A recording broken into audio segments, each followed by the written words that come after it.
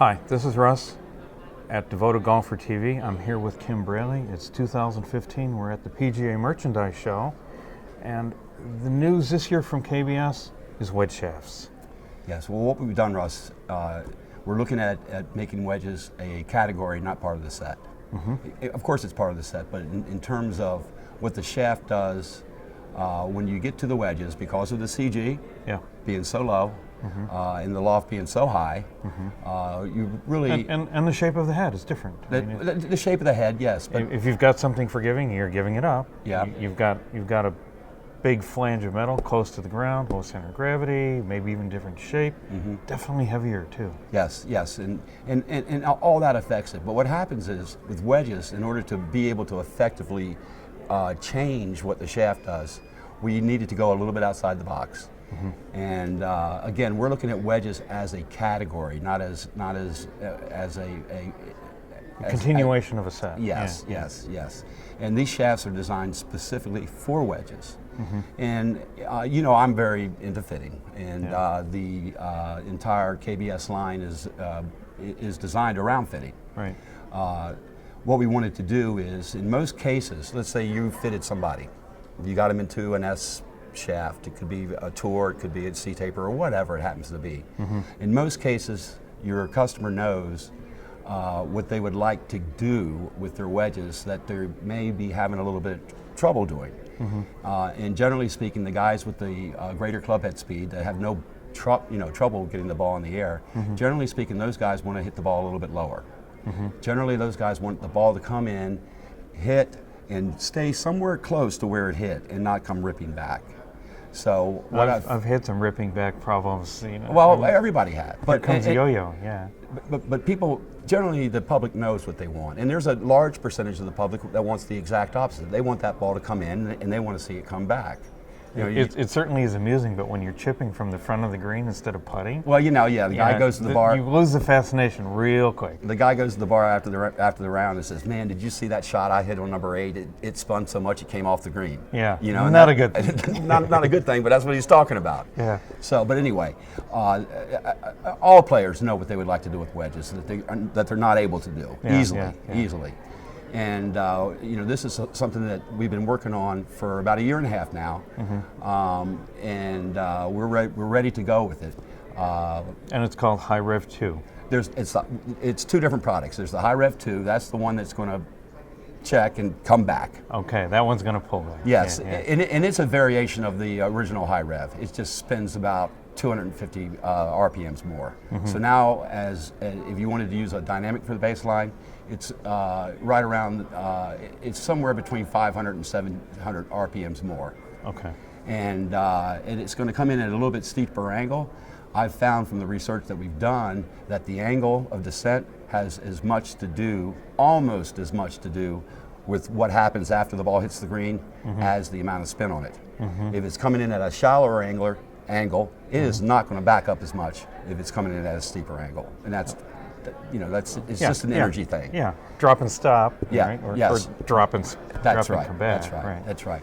So, you know, it's an opportunity for a fitter to be able to have another category that they can fit, and it's not, you know, and it's not even something that you need to spend a great deal of time with. All players know I have a tendency of hitting it too high. I have a tendency of hitting it too low, or I have a tendency of not quite spinning it enough, or I would like to be able to have a more controlled spin. So when we fit with the High Rev 2, we're going to get a little more spin. Yes. So the spin is actually going to pick the ball up a little bit. Yep. Give us a little more drop, and when it drops, and it's going to come back. That's exactly right. That's exactly right. Okay. And in some cases, you'll see guys that maybe want to mix it. Maybe in the 52 and the 56, they may want to have that more penetrating flight, and maybe with the 60, they may want it to come back a little bit more. Okay. You know, you can tailor it to that. It's still part of the family. You know, a stiff is still a stiff. Yeah. So if I'm fitting the guy stiff in his set, I'm just going to grab the High Rev stiff. Absolutely. Right? I'm not going to have to do stupid stuff like go grab the X-Flex 7-iron and stuff. No, like you that. don't. And as you know, with whatever launch monitor that you're using, they weren't made for wedges. They were made for drivers. They were made for 6 irons. Really, they were made for drivers, but they're made for, when you get above 10,000 RPMs, even the most advanced launch monitors tend to have some difficulties in resolution difficulties. Yes, basically. yeah. Can't see it. Yeah, yes. But anyway, the main thing is, is having a leadership position, creating a new category, giving the fitter the benefit of having something else to fit, and as far as the high rev goes, as far as any of the products go, they're going to evolve.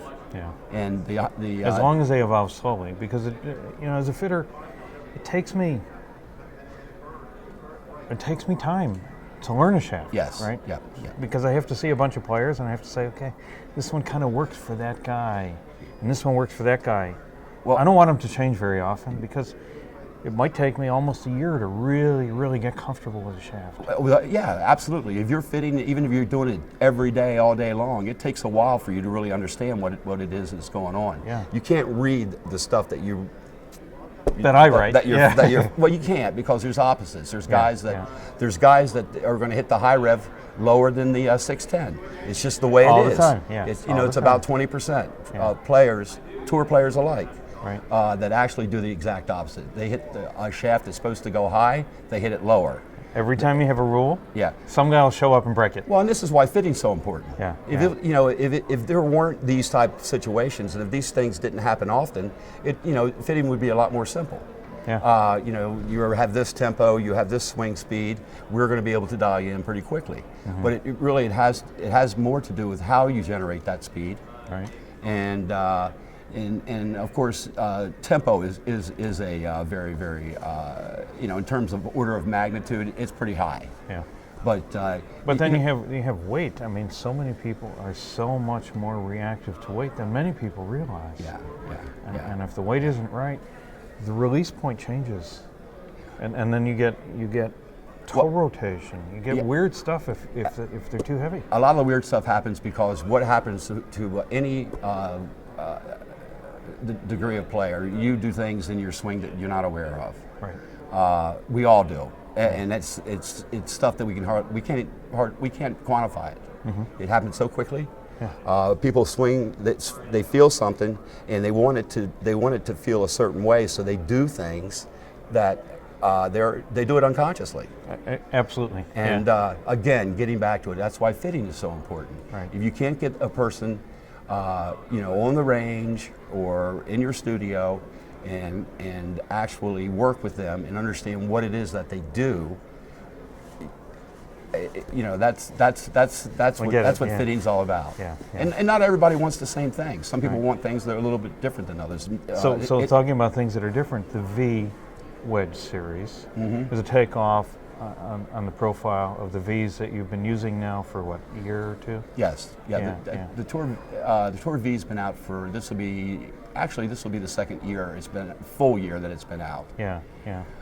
So what are we going to see different from the V? It's called the 610V. Well, I'm not exactly sure that's the name. Those are the names. Those are the labels. Well, it's still a prototype at the moment. Yeah. It is going to be called the KBS 610. It is off the V platform, the Tour V platform. Right. As you know, the Tour V is a lower spinning product in the set.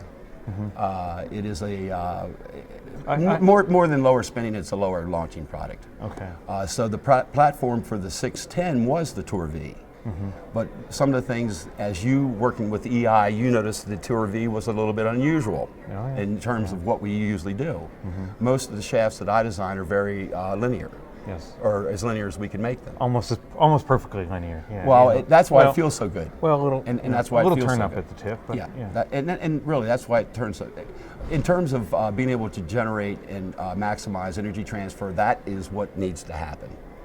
And the reason I'm a believer. And the reason is the way the KBS series is designed. Each section has the exact amount of reduction in stiffness as the section above it. Each 2-inch section has the next 2-inch section, the next 2-inch, the next 2-inch, the next 2-inch. It all is going to have. I go inch by inch, but any way you want to measure. Any way you want to measure, Yeah. you'll find that the percentage of reduction in stiffness going towards the tip is equal. Yes. In the Tour V, and it's just the shape of that, higher launch, lower launch. Yes, yes, yes. In the Tour V, it's the same concept, but it's been tweaked in a way that the way the stiffness is distributed, it stays stiffer longer from the butt, and it gets stiffer quicker from the tip. So what you see when you see an EI with that particular product, you're going to see more of curvature in the EI of that particular product than what you would see normally with my products. Yeah. And again, that was something to, that it has to do about, manipulating ball flight. And I hear that there was some tour player that you designed designed his set individually? Was that is that a true story? Well, the Tour V was designed for a particular person. Yeah. I don't design necessarily for particular people but you design for a segment of the population. Yeah. And in some cases, I'll use a fella to do this. And the guy that you're referring to is the fella I actually used when I developed Project X. Okay. And he was the guy that used it the longest. The original Project X. Yeah. Anyway, he was not he's not a tinkerer when it comes to the shafts. He tinkers with a lot of other things, but he does not tinker with the shafts. And when he first came to me, he says, "Kim, why would it? I love what I love what we did, and I love that. I'm going to be playing the original Project X for the rest of my life. I've got enough sets put away." And I'm very, very happy with it. Why should I try this product? And I said, well, one thing, you're going to notice that you're going to gain a little bit of distance. And he said, well, that's not particularly what I'm looking for. And I said, well, the other thing you're going to notice is you're going to have a tighter dispersion. He says, well, that's something that I am looking for. So in that product, what he did was he actually did his testing with Pels.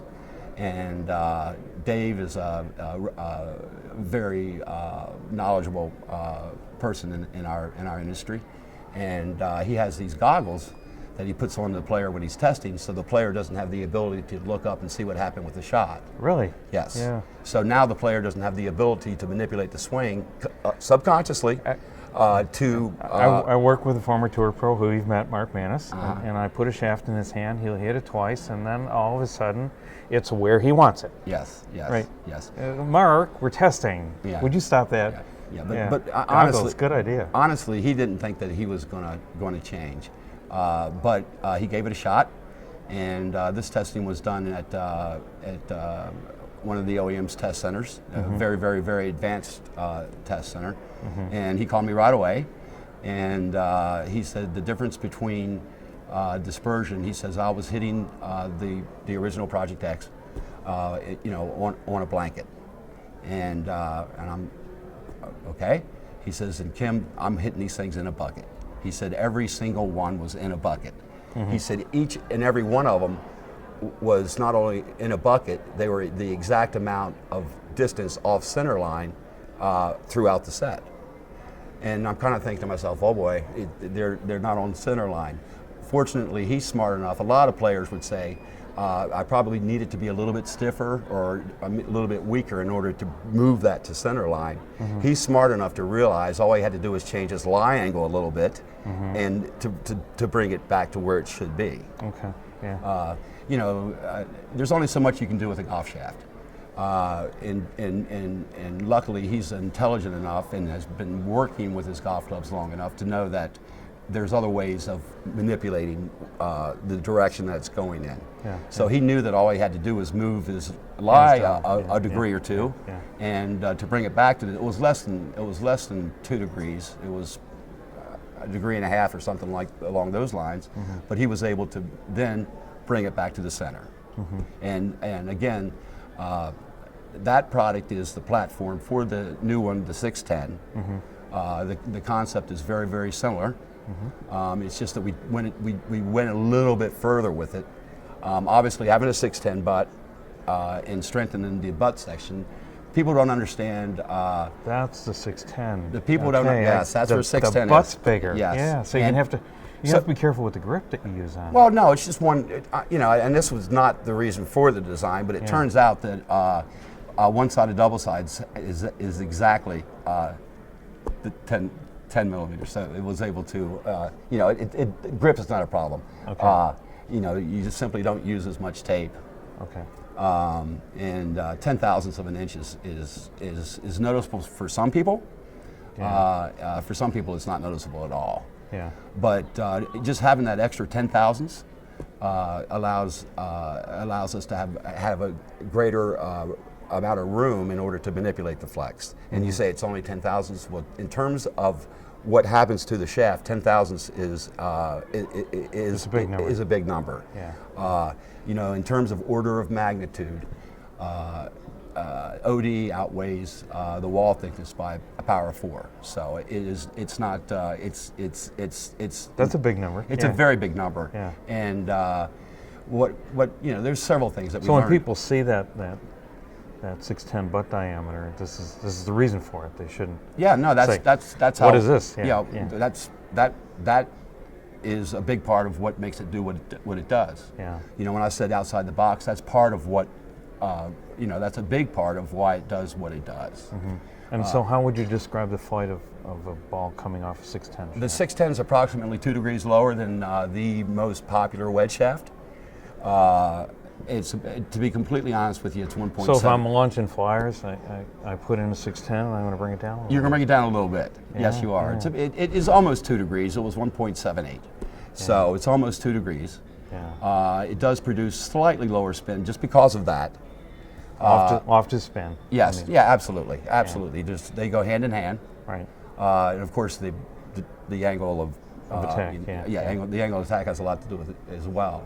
But in working with this, I found that in terms of order of magnitude, the angle of descent, in terms of how much the ball is going to back up, is very, very high in terms of the order of magnitude. In fact, if we had a shaft that was spinning 500 RPMs less and comes in at a steeper descent angle, that one's going to, even with less spin, that one's going to back up a great deal more than a shaft that has the extra 500 RPMs and it's coming in at a more shallower angle.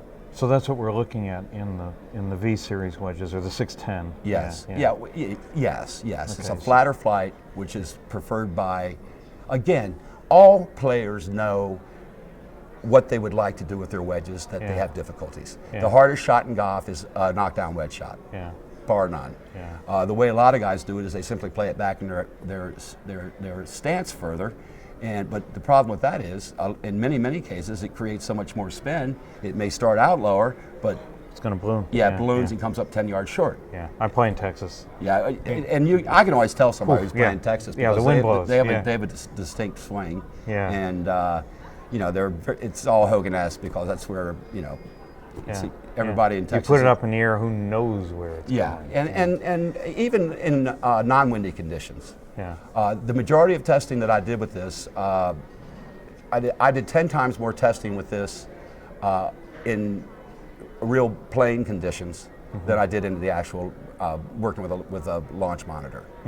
And I do that with all my products because when you actually put it in play, it's a big difference than it is when you're standing on that range. Yeah. As you know, when you fit somebody, often you'll tell them to go ahead and take it on the course. Yeah. Let's dial it in. Right. They go to their home course, they know exactly how far they hit shots from different spots, and now they're able to benchmark something and really find out what it is that happens. The whole mental attitude of what happens when you have a bag of balls there and you're just going to scrape another one over, it changes. Yeah. It changes. And During fittings, I like to alternate clubs. I go, okay, hit one. Yep, I do too. Here's another club. Yep. Okay, And I'll come back sometimes and I'll go back and forth, Yep, but yep. you let somebody hit 3 shots in a row, they can hit anything if they're any good at this game. That's right. Yeah, and that's the number that I use. I use 3 shots when I'm working with the more advanced players, and then we change and maybe changing clubs or maybe changing shafts or whatever it is that we're trying to do, and then maybe come back to it later on. Yeah. But you know, it's you know, It's an art. It is, you know, it's not. It is a science To some degree. to some degree, There's but a certain amount of science to like put you in the bucket. yes, But you know, then it becomes art. then it becomes art, and that's again why fitting is so important. Yeah. And you know, again, our entire KBS line is based on fitting. My father invented frequency matching in the early '70s, and so we were fitting then. Yeah, You yeah. know, what's And your you and number? I have told that story. Lou Gibson. Yeah. Yeah. I don't know if we want to get into that one, but you know, back then the only trailers on tour were myself and my dad, and we didn't actually do repair there. We were educating people. Yeah. And back then it was a bit of an anomaly. I mean, the players would look and they would see a trailer there, and it's like, what are those guys doing? Yeah. And you know, and given the opportunity to come in and learn, and it was, and also we were doing research. We were trying to find out if our theories were correct. Are we on the proper gradient? Is there some things that we should do that the math did not tell us? Yeah. And often when you put it in practice, the math doesn't. Again, the science. I know, yeah. It is an art. 80% science, 20% art. And maybe even more than that. But, Yeah. but Probably sometimes probably when is, you put yeah. it in practice, it doesn't do it. Yeah. You know what you mathematically you would think that it would do. Yeah, and going back to what we said earlier, there's always going to be that 20% Yes. that may even be diametrically opposite. They are. Of what you thought was going to And happen. actually, the number is a little bit higher than 20%, and it's not only with the people that you're fitting on a daily basis; it's on tour. Yeah. There is a 20-something% of players out there do the exact opposite than everybody else. Makes you crazy. And again, you know, getting back, I'm going to say it 50 times. That's why fitting is so important. Yeah, yeah. If you know, if it was all a science, Anybody could do it. anybody could do it. That's right. yeah, That's right. But yeah. there is an art to it, and And you got to love it. and if you don't have a passion for it, you shouldn't be in it. Yeah. You should go do something else. And you know, of course, we're fortunate in that we love golf. Yeah. And for us to be able to do something that we actually have so much passion for, you know, on a daily basis, is, you know, a blessing. So the Tour V, it's Tour 610. I keep calling it Okay. Tour V. Yeah. So it's going to be a little bit lower launch, Lower launch, little less spin. marginally less spend. Okay. But again, what it is it's to be able to control the ball, and not necessarily only in windy conditions, in all conditions. Now you've done a great job with getting the KBS shaft into the big brands. Yeah. And so a few years ago it was difficult to get a KBS in some of the big brands. Yeah. Now, if it's not the standard, it's certainly there on the list. Yes, we're the number one, and it's not close. We're the number one custom offering in every OEM that I'm aware of, and we certainly are the number one custom offering in the what we call aftermarket. But you're not just custom offering anymore. No, it's You're not. No, it's standard an in it. inline product in Yeah. a great deal of the OEMs, and you know, we're very proud of that. You started in the factory, right? Yeah. Oh, yeah. Me. Yeah. Well, I started. Actually, my dad and I, we were able to understand each other, and we speak the same language. And I actually, when my dad initially started that, I got it started with him, and then I had a travel bug, and he, you know, my dad's a fairly worldly person, and you know, even though I was 16 years old. He let me do. He thought that was a good experience for me to broaden my knowledge and my understanding of the world.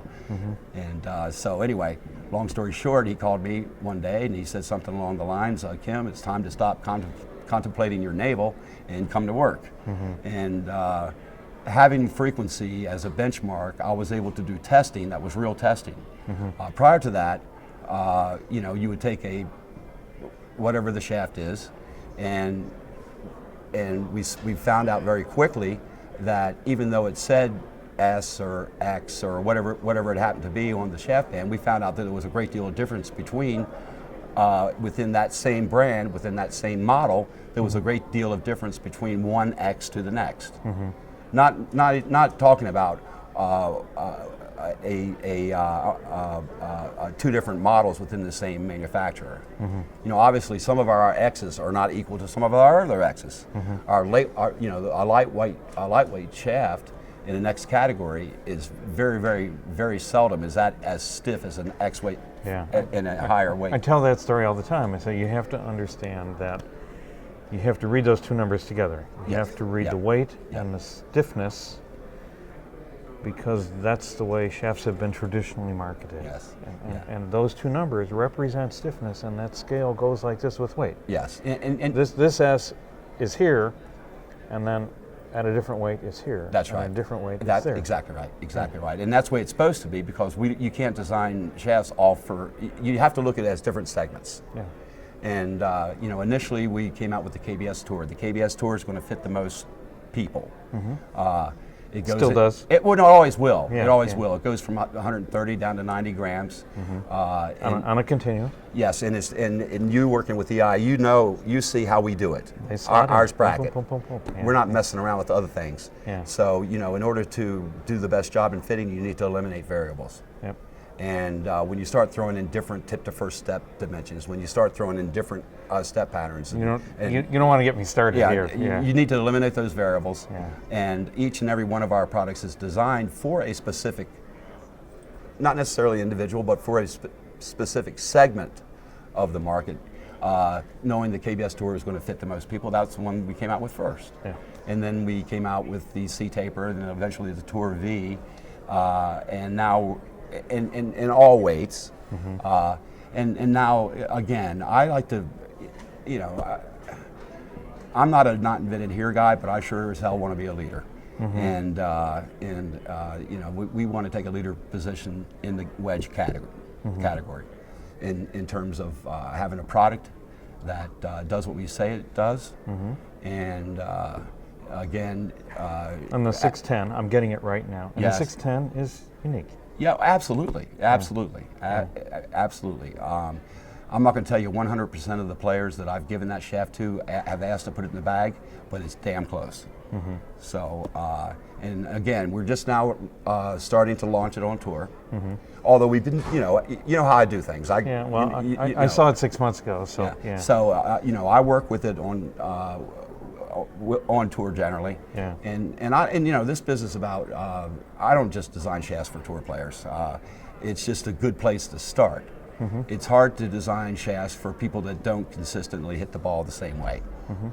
But if you can satisfy the tour players' needs, you can take that same model, and knowing what we know needs to happen when About the swing weight and flex. weight yeah. and flex. So bring it down, obviously, yeah. the slower the swing speed, in most cases, the desired it would be less weight, and there's no such thing as kick point, but people talk about it. But generally speaking, the players that generate less club head speed are going to want a shaft that gets the ball in the air quicker and spins the ball a little bit more to stay in the air longer. Yeah. Yeah. So. It's hard to sell somebody something that they don't hit as far as or further than what they're playing. Good, bad, or indifferent. But anyway, it's about fitting. It's about creating another category, and it's about understanding that this particular category, or these particular clubs in the set, are a specific category. Yep. They're not part of. They are part of the set, but they are not. The things that you need to do with a wedge, it's not the same thing that you need to do with a 7-iron. Yep. Well, Kim, it's always a pleasure talking to you. Thank you. Thank you very much, Russ. Appreciate it. Russ from DevotedGolfer.tv, Kim Braley, thanks for spending your time with us.